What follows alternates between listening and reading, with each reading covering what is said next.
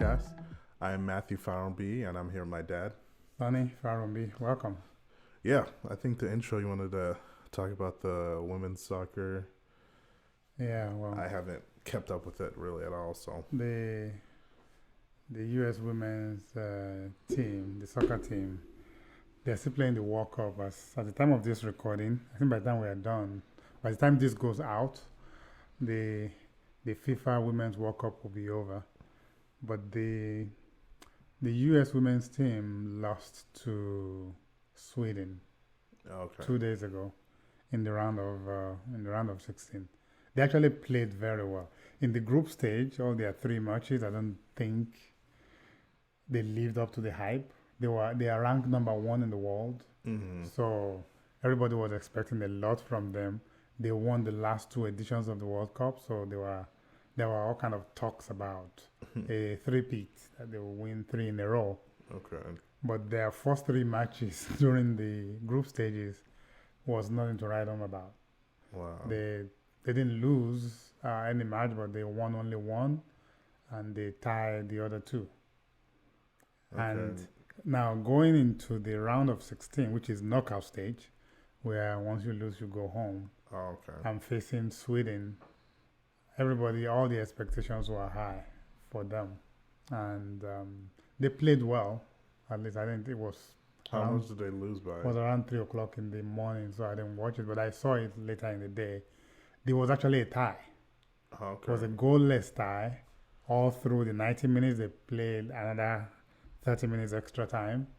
It was still tied. They had to go to penalty kicks. Well, and then And that's where they, they lost. and they lost in the penalty kicks. Two of the. Yeah, I feel like once it goes to penalty kicks, it's like it could be anyone's game. At Yeah, that it could point. be. It Yeah. could be anyone's game. It's two of their key players missed their penalty kicks. Wow. Missed their penalty kicks. And even the US goalkeeper actually stopped because the very last one that Sweden kicked Mm-hmm. was the one that put them over, that made them Okay. win the game. And the US goalkeeper actually stopped it. Stopped it. It was it was crazy. She stopped it, but she batted it up, and then the ball went up and was coming down, back down, and then she swatted it out. But a replay showed that when it was coming back down, he actually crossed the goal line Oh. completely.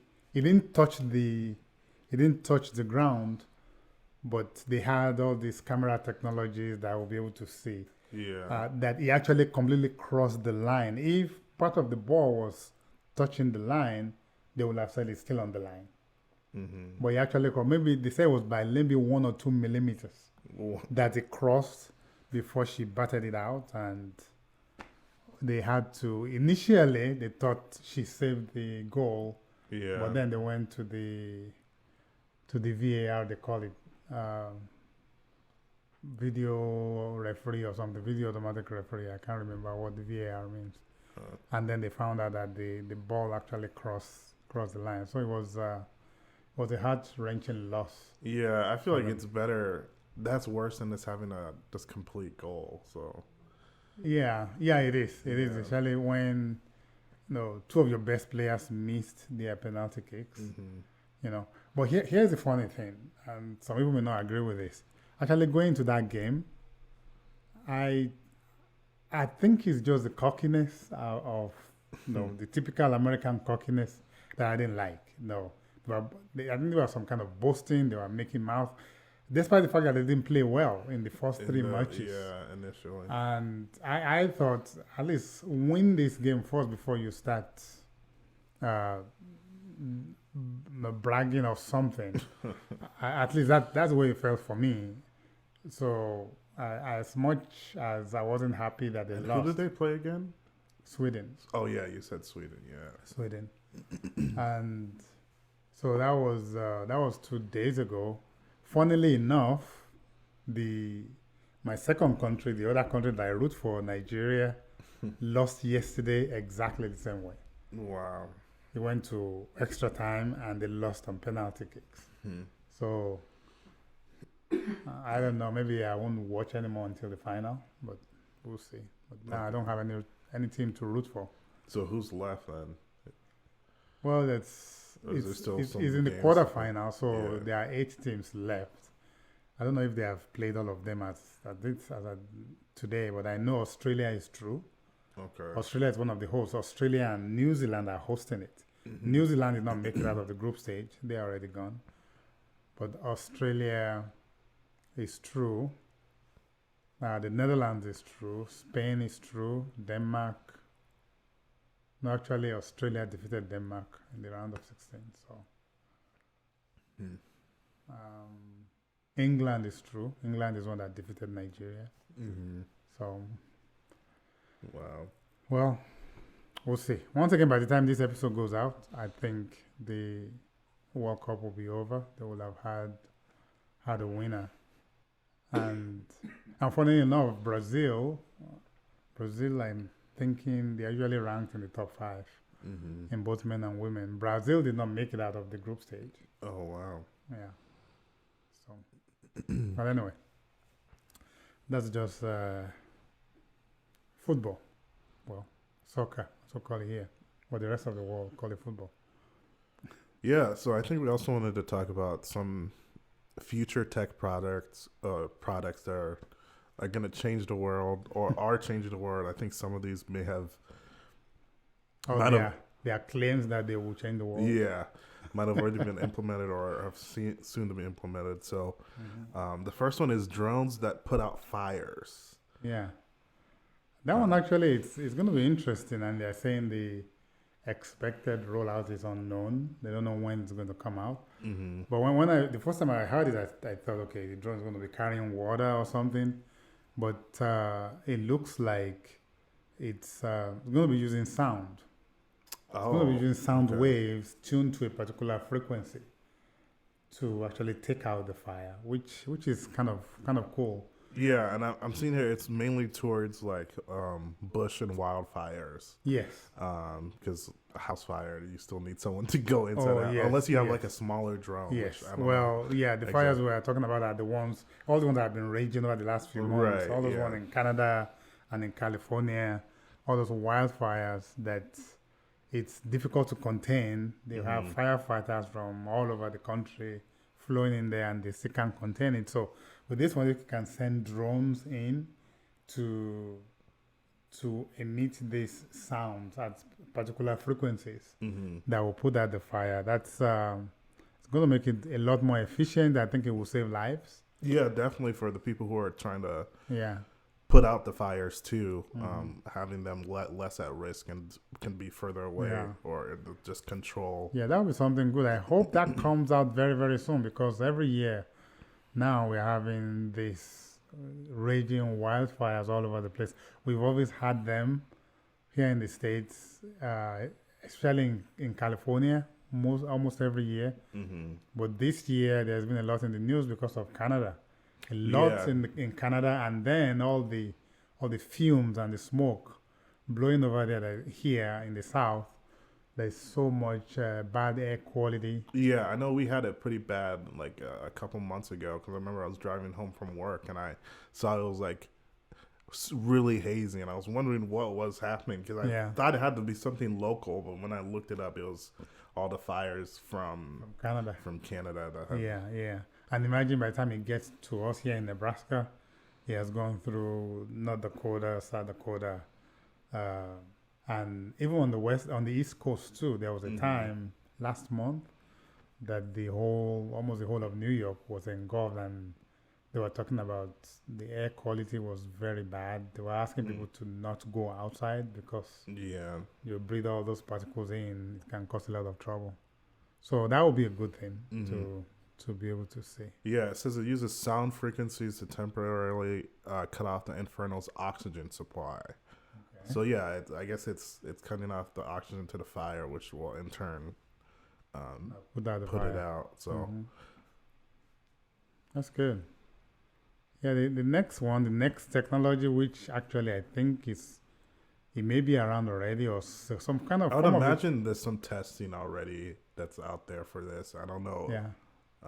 if they fully moved over to it, but Yeah, there has to be. It has to be in testing if they are talking about it now. So, but we don't know if it's out yet. Definitely, I don't think they are using it in the wildfires of Canada. If not, if they were, we'll know about that already. Yeah. So this second one is self-driving trucks. Yeah. Well, I know we've had a lot of self-driving cars. Mm-hmm. Yeah. Even when I was in Phoenix, there's this I forget the name of it, but it's basically like Uber, but there's no driver. Yeah. Yeah. So and I saw a lot of those like driving around. And it was just weird to see because you see it driving and then you pull up next to it and look over and no one's inside. No one in there. Yeah. Yeah, that's very interesting. Well, there have been a lot of I think it's been around for maybe a couple of years, but now they are talking about trucks. Mm-hmm. They're actually trying to deploy the self-driving capability in trucks, which is huge because you're talking about all these 18-wheelers you see on the highways, right, going either from the East Coast to the West Coast or the other way. So they are driving thousands of miles across the country. Mm-hmm. And usually you have these truck drivers that have to stay up. Yeah, you have to stay up, or they have to pull over to rest, to sleep or something. And now I guess with self-driving trucks, you don't have to. Yeah. They are probably going to be electric also. I would imagine. Well, actually, I don't know. I guess I don't know. The company, it says Otto, was acquired by Uber. But yeah, I would imagine it'd be electric, but also with that, you'd have to, I guess with trucks, they could probably build in a bigger battery that could last longer. But you'd still have to periodically stop at certain places to recharge and all that stuff. Well, if nobody's in there, who's going to charge it? Well, yeah, that's the thing. That's what I'm bringing up is like it still has to stop somewhere to charge. So I don't know how they'll implement that. Yeah, unless when it's driving, especially like cross country. Yeah, unless like you said, they have either big enough or efficient enough batteries that can go a battery that takes up like half the truck or something that goes all the way across the country. So, well, we'll see. I think that one is probably going to be happening very soon. I think because we already have self-driving cars. So to go for trucks will not be a huge jump. Right. Okay, and this one is I heard a little bit about this one too. This third one is lab-grown meat. Yeah. So fully grown meat in a lab that doesn't come directly from any type of animal.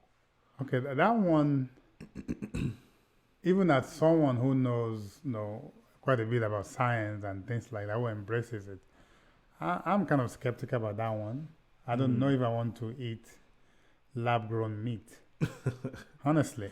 Yeah. I don't know if I want to do that. This is different from what was the thing that came out a few years ago?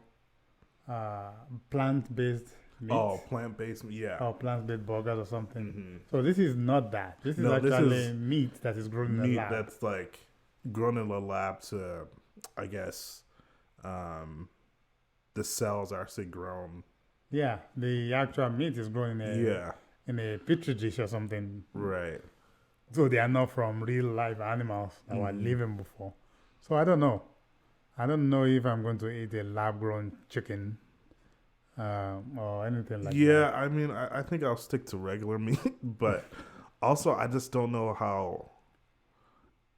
how healthy it would be either. Because I mean, I guess if it's cell by cell, it should almost be identical to like an actual cow, I guess. It will be identical, but it's grown from chemicals. Yeah. Right? It's grown from chemicals. Which, we are talking about chemicals. Meat right now, they are all infused with all kind of antibiotics anyway. Oh yeah, I mean everything in the U.S. is all GMO and things like that. So, but I don't know. I would think twice before I eat meat that's grown in the lab. So yeah, the only thing I could see as a maybe possible good application is for places where maybe people can't find food easily or things like that. But even still, that's like a long ways away because you still have to grow it somewhere and then bring it to wherever that is, or set up the interface to be able to grow it there, or however that works. Well, those places, the places we are talking about, where they do not have access, maybe that's so remote, they don't have access to meat. I don't know. It's either because it's so remote or because it's the poverty level is so low, right, or it's very high in poverty, so they are not able to. Those kind of places, you can't set up a lab that's going to yeah, grow that's that what I'm saying. I feel like it'd be even harder to set Yeah. up something like this there Yeah. than. So I don't know exactly what applications this is for. And maybe it's for if we ever run out of cows to be able to Yeah, I do it doubt ourselves or something like that. But I yeah, don't it's know. something definitely weird to think about. So number 4 is space tourism. So that's the ability to go out in space and just see what's out there, I guess. I think that one is most likely, maybe I don't know if it will become affordable, but I think most likely it will be the exclusive preserve of the rich. Yeah, I feel like hasn't there already been people who've gone into? Oh yeah, they Yeah. have SpaceX. I think that's Elon Musk's company. Mm-hmm. There's the one by Jeff Bezos, Yeah. and then there is this Virgin guy, Richard Branson, I think. Huh. Richard Branson, I think is his name. Yeah, and I think they have built space ships that have gone. Mm-hmm. Well, even if we are talking about space, I don't know how far above. Typically, flights, about how many thousand feet do flights go? Yeah, airplane flights. I think, I don't even know. yeah, usually I've heard about maybe 40,000 Okay. feet, or maybe 40 something thousand. I think that's the most I've heard on international flights. International, yeah. Flights. But so I'm thinking this space tourism ships, they're going to go way higher because the Yeah. goal is that they can Enough to see, see, yeah. they can see the planet, right? Mm-hmm. Yeah, so they have to be high enough. And I don't know if they actually go high enough that they can see the Earth, the entire Earth in one shot, or they just see a portion of it. Yeah. Because you have to really go high to see. Yeah, I think it everything. would most likely be a portion because I can't imagine we'd get high enough to see the whole thing or far enough away. Well, may be able to if they go high enough. I don't know. Yeah, but I don't know if they would be fully leave the Earth's like atmosphere. I don't know, but but yeah, I mean, fast forward, let's say like years from now that something like this is affordable and doable. Would you do it? Would you go to space? I honestly see. For me, I'm the kind of person. I'm a boring person. I'm the kind of person that will ask, "What's the point? What am I going to see?" I've seen enough of the picture or the whatever of the globe of Earth in either in movies or in books or something. Yeah. I don't know if it would do anything for me to actually experience it, to actually see it. Maybe it would. But I mean, you could say the same thing about anything. You could say That if is true. you've seen the arch in St. Louis, you've seen a picture of it. You don't need to go see it physically. But. Yeah, I know you can do that. That's the thing. It's like when when your sister and I went to Australia last month. She wanted to go snorkeling. To go to the Great Barrier Reefs and see all the underwater reefs where the fishes are and things like that. We did that, but unfortunately they told us the water was very rough, so it wasn't clear. We couldn't see much, and it wasn't very clear. But when you get to areas where the water is clear, it would be nice to see. Right. To see those things that maybe you've seen in the movies or in documentaries, that you can now see them live. But it's not as easy. Mm-hmm. At least from our experience last month, it wasn't as easy to get into the water Uh, if I extra tried a lot, I couldn't do it. Mm-hmm. I just couldn't because, you know, and I don't know why I didn't think of this. You know, when you think of getting into the water like that, you probably think of, okay, when you're in a swimming pool. But swimming pool is a completely different experience because in the swimming pool, there are no waves. Oh There yeah. are almost no waves, so the water is calm.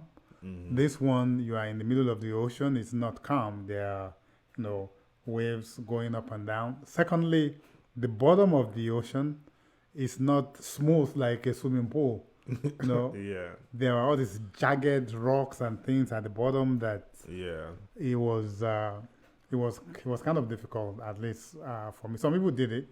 I just I just got tired when I scraped my knee on one of them. I just thought, you know what, I'm tired of this. I'm not doing this anymore. Yeah. I think for me it'd have to come back to how common and then the safety thing because I'm not gonna risk my life to just go to space for one to barely see half the Earth. Yeah, Um, but if it gets to a point where it's so common and people are going up and down that it's relatively safe, then I mean, and there's also the money thing because like right now, I think they said, like you mentioned, the Virgin Galactic, it costs about $450,000 for a seat. yeah, And then the other ones are like, I think the one from Jeff Bezos says 28 million for a chance okay. to see the Earth. And that, the funny thing is, that I think the whole trip is like an hour or something or less even. Huh. Okay. Because I think they go all the Just way. go straight They up. go straight up. I don't know if that takes like 20 or 30 minutes or something, and they hang The wave around just float around and and then float come around back for up. like 10 minutes or something and then come back. Right. So you're going to spend $28 million or even half a million on that. Well, once again, you have to be the uber rich, Yeah. and then just not know what you want to do with your money, I guess, Yeah. so that you can do that. So that's the thing. The thrill is the same thing or a similar thing with um, when we talked about that a couple of episodes ago, the people that went to Oh, go the and try to see submarine. Yeah. see the That's what I was thinking of Titanic. too. Yeah. Yeah, something like that. That was another vessel, a marine vessel that went on under and then kind of Mhm. imploded according to what they were telling us. So, but at least for the space, For space, I think as much as it is, I don't know if it is as dangerous as the submarine thing, but I feel like space is more justifiable for most people because that's something people wonder about. Whereas the Titanic, people are like, oh, I mean, yeah, most people don't care to see the actual wreckage of the ship or anything. So yeah, it's the people. Well, just we're talking about the people going to see the Titanic. Then we have people like we did last month go to just go to the Great Barrier Reef to go and see mhm. everything underwater and things like that. And I don't know, maybe naively I was thinking, okay, I will see all the different colors like you see in Finding Nemo or something. Because in Finding Nemo, you see all of these. But that's also like I feel like way deeper in the ocean though. Isn't Yeah, I it? think it's probably have to be Yeah. deeper. So I still wonder if you see all those colors under the ocean. Maybe they are, maybe they are not. Maybe just movies that painted those colors. Never know. So this is a floating farm, which which actually would be a good thing. Would be a good thing because as populations increase and More land is used. more land is used for where people are living, you still need a lot of land to to plant food because if you are using up the land to build more houses, more habitations, that means there are more mouths to feed also. Yeah. That actually means you need more land to farm the food. Right. But one of the things that it seems many people don't consider when we think about that is how much land is still available to us. Mm. This planet is vast. Yeah. In fact, this country alone in the United States, usually when I fly, I usually have a window seat. And it always amazes me when I'm able to look, especially when the sky is clear and you're able to look down, you see expanse of land that is not inhabited at all. Yeah. They are, I don't know. I think I think I heard something a few years ago, and I'm not sure if this is true or if this is what I remember. I think it's true. I'm not sure if what I'm about to say is exactly what I remember or something else. But they said that every human being, the whole population of the planet, we can actually fit. If everybody stands, shoulder to shoulder, packed everybody together, everyone on the globe, we can fit into the state of Rhode Island, which is a small state in terms of landmass. Yeah. So what does that tell you? That we have a lot of land masses that are actually not being used. It makes sense because even if you look at the biggest cities, they only take up a small, however, square miles or of the state, and the rest of the state they'll have pockets of cities everywhere, but most of it is still land. Yeah. Even not just in the Midwest, the East Coast, West Coast, everywhere. So you notice that, especially like you said, when you're flying, how much land there really is everywhere. So so the floating farm, it looks like they said there's one in the Netherlands, in Rotterdam, and they have this drifting pastures, maybe almost like hanging gardens or something. Huge expanse of land where they can grow stuff. And when you say floating on water. Because sometimes when I first read it, I think floating in the air for some reason. I was like, that's not. Well, it needs to be floating on water so that they will get, because plants need water. Yeah. Can get the water. And I mean, that makes more sense, but just wanted to clarify. Okay. All right, so this one is Real Life Jurassic Park. And I feel like I heard, maybe it was another podcast, I heard something about this recently, and how people are trying to basically bring dinosaurs back to life in a sense, so we could see like what they look like and then experience. I don't know how that's possible. Yeah, but if you can grow meat in the lab, like then I guess. Maybe able to I could see like not necessarily growing, but I guess they already have that now. They can have more realistic type sculptures or like things like that. But I can't imagine actually living, breathing dinosaurs unless they're robotic or something like that. But I doubt that. And then they're talking about the next one, talking about Mars colonies. Which is about providing a new home for human beings. And here's the funny thing. Like we just said, there's still a lot of land mass on this planet. Yeah. So I'm not even sure why we're trying to colonize Mars and go and build homes. So I think there are all kinds of sci-fi movies. And we're talking about, Earth ran out of space. And you go to Mars. But Mars is I know the rover that NASA sent someone to Mars a while ago. And that's the one that they found like water, I think, on there or something like that. Did they find water or they found something? I don't remember if they found water. What I heard is that they found something that's told them that there used to be water there. Oh, I think that was something like that. Which I don't know if that's true. Mars is so close to the sun. That's why it's dry. It's so dry. It's hot. Well, no, Mars. Is further away from the sun. Is it? No, it's closer because it's dry. No, it's the fourth planet. We're the third.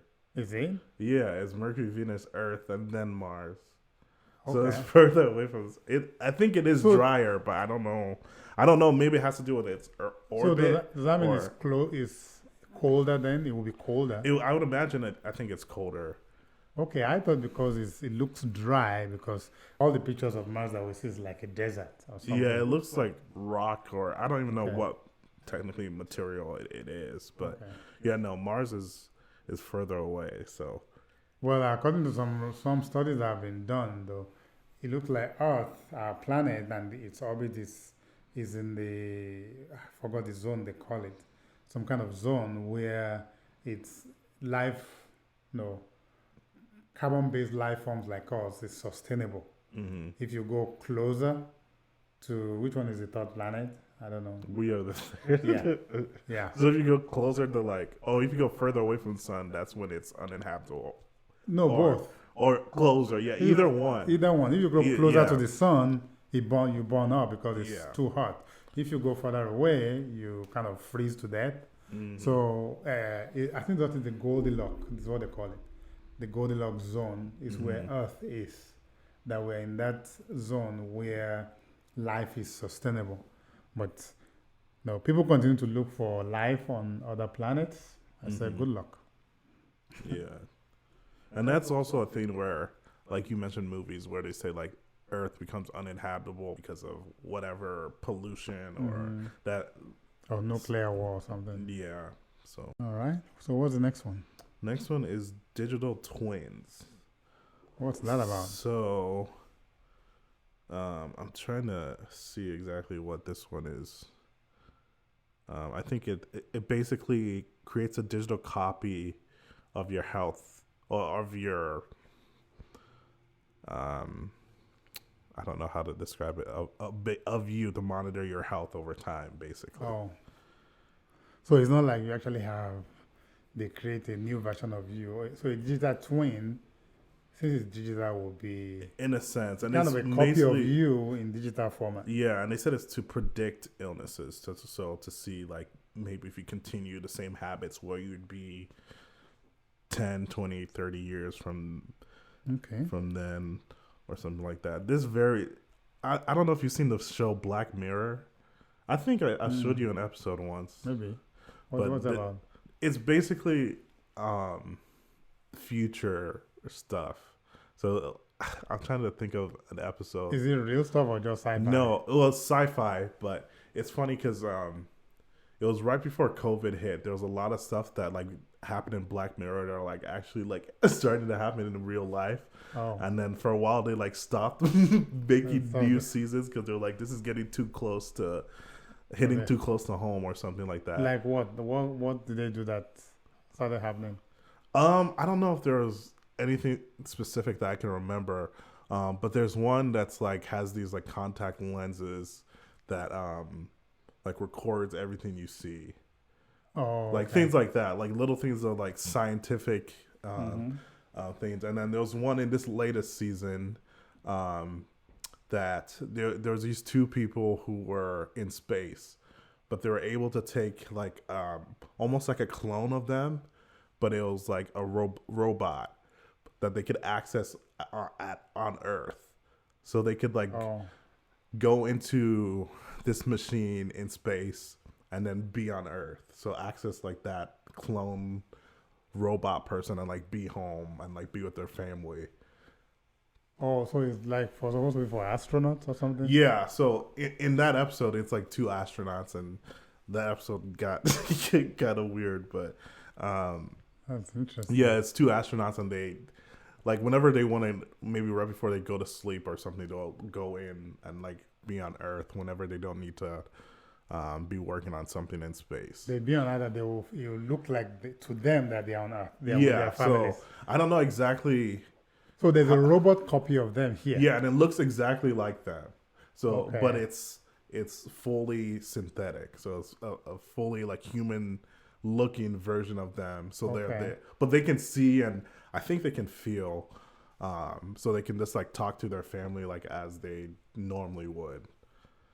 Interesting. Because I think in that episode they're supposed to be in space for like, I don't know, 3 years or a few years, so it gave them access to being home without having to.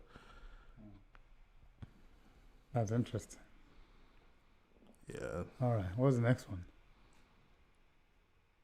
So next one, robot butlers.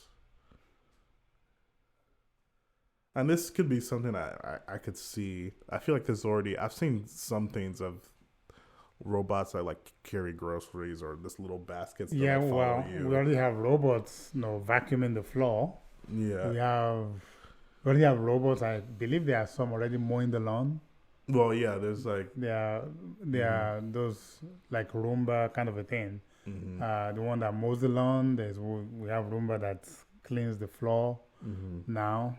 So, but the ones that does household chores, I don't know what kind of household chores. Is it going to be cooking or doing dishes? Yeah, 'cause I think cooking, cleaning, and then like things like that are the things that people think of. But I feel like those would be harder to have a robot itself do rather than have like a self cleaning table or something like that. I feel like it'd Yeah. be easier to do that than have like a robot with arms actually try to, to walk around and do Yeah. things. Yeah. Well, if they have, well, cooking will be a different one because you have to be able to walk around, open the fridge, open the freezer, And not even do stuff. you open stuff, but even knowing what things are. Yeah. So, yeah, I don't know how feasible that one is, but Okay. Next all right. one. And I guess we can probably do one more. This one is, and we've seen this, I think, maybe at not the speeds, but hyperspeed trains. Yeah. So I know there's, I don't remember what country it is that they have trains that travel at pretty fast speeds. Not as fast. This one is saying like 1,800 miles per hour. Yeah. This one is talking about magnetic levitation actually, Mm-hmm. which is like the one you see in Wakanda. I think. Oh, okay. Yeah, I think. Maybe that's where they got the idea from. That's the Wakanda kind of a thing. But they say it's using magnetic levitation technology, which is the train is not actually on the tracks. Mm-hmm. It's not touching the tracks, so it's kind of floating. And because of that, because there's no friction Yeah, with it's the tracks, able to travel. it's able to go at higher, much higher speed. But Yeah, so this article says it'd be able to go from New York to LA in 45 in minutes, 45 minutes. which is crazy to think about. Yeah. But I also don't know, like, can the human body even, Go that fast. yeah, even if you're inside of like a train, will it be able to Yeah. sustain speeds at, I don't know. I would think so because there was a time when they didn't think human body can go 500 miles an hour, mm-hmm. which is there are a lot of international flights go at around that speed, 400 to 500 miles an hour, and you don't feel it. Where you feel it just at the beginning when it's still ramping up speed. Mm-hmm. Now, once you get to when you get to its momentum level, you don't feel anything. So it's possible. It's possible that at 1,800 miles an hour, it will be the same thing because it's not just going to go from 0 to 1,800. Well, yeah, it's going to ramp up. Gradual. Yeah. Yeah. So because of that, maybe it's possible, but it will be interesting to see, New York to LA in 45 minutes. That's cross country. Normal flight time now is like 5-6 hours, I think. Yeah. For those, so 45 minutes. But it's also saying that the estimated cost of building the track is between 54 and 154 million per mile. Oh, per month. Okay, yeah. At first, when I was reading that, I was like, it can't only be 54 to 100 per mile of the track. You're talking about, I don't know how many thousands of miles. That makes a lot more sense. I was like, it's going to be in the billions, if not more. Trillions. Yeah. A lot of trillions. So that's the thing. That's the thing. I've not taken Amtrak trains here yet. Mm-hmm. And I don't know at what speed they go, but Yeah. they have some very high-speed trains in Europe. Yeah. In Europe, in Japan, I think they have some high-speed trains, but I don't think they go up to 1,800 miles an hour. Yeah, no. I mean, if they did, then we would be able to easily implement that here. Yeah. But yeah. All right. And there's a lot more we can probably go over later if you wanted to, but maybe we'll stop for now. Yeah, is there anything else you wanted to bring up?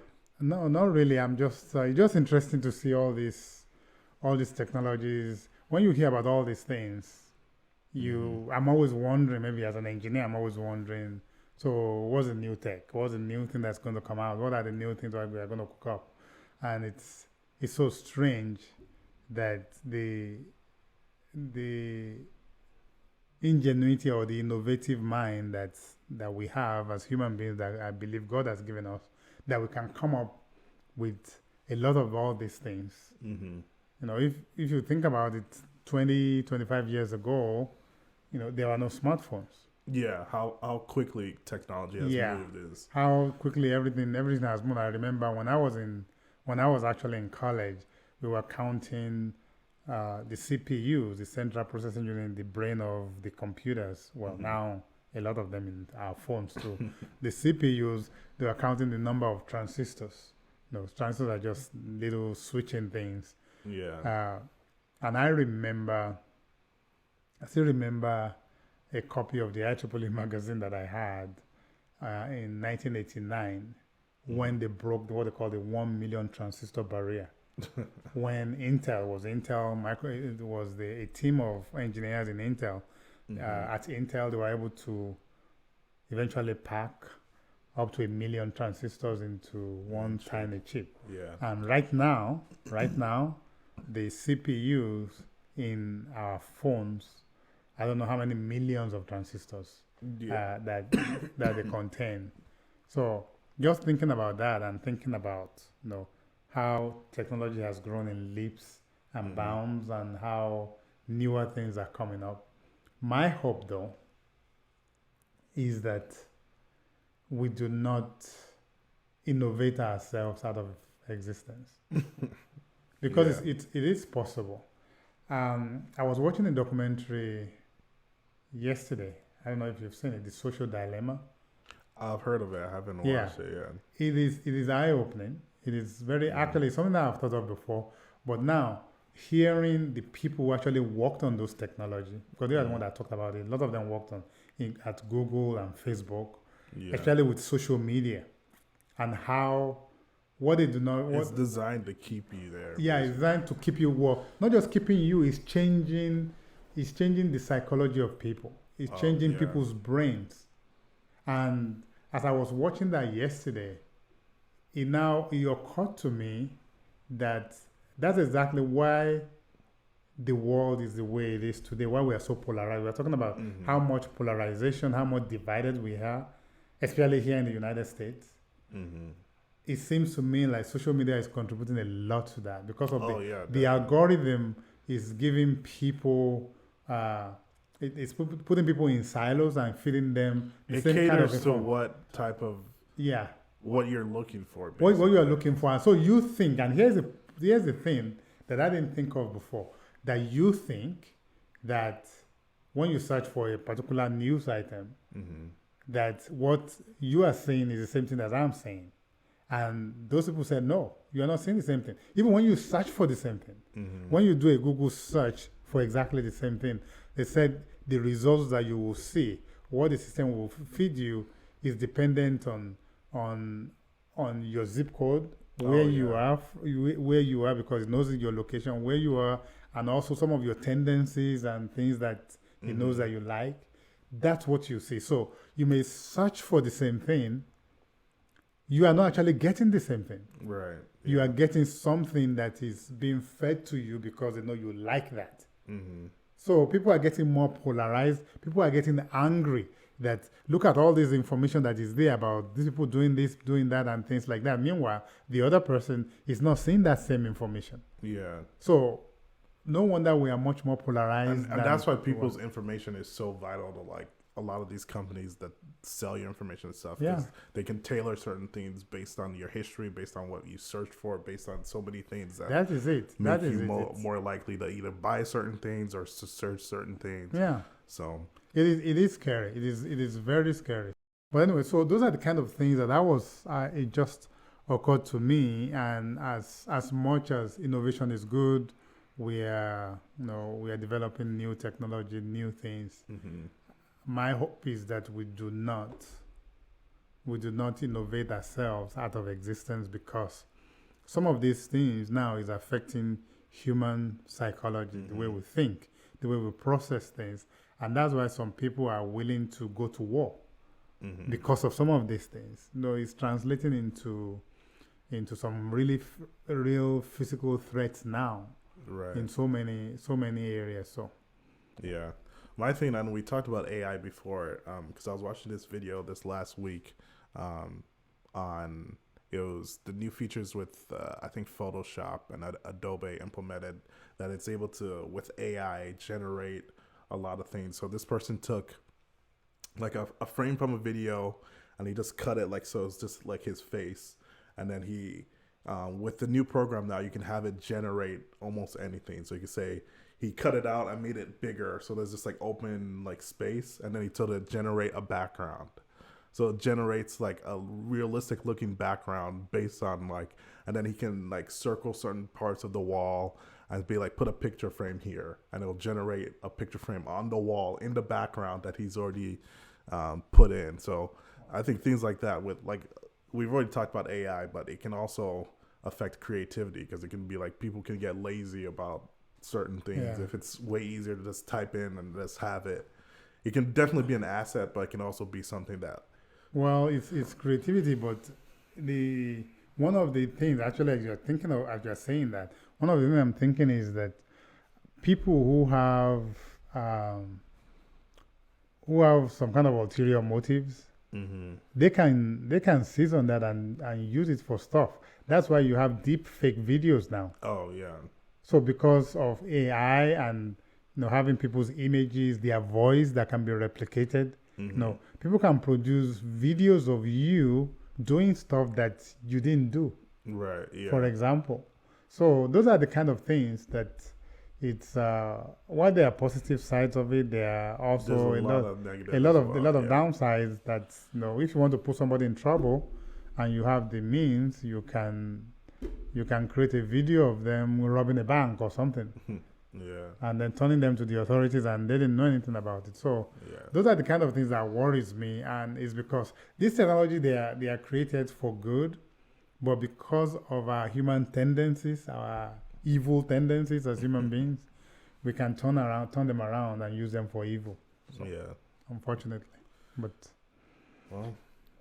well, guys, this has been another episode of Chris the Podcast. As always, give us a like on YouTube and subscribe. Give us a review on Spotify and Apple Podcasts. And we'll see you guys next time. See you next time.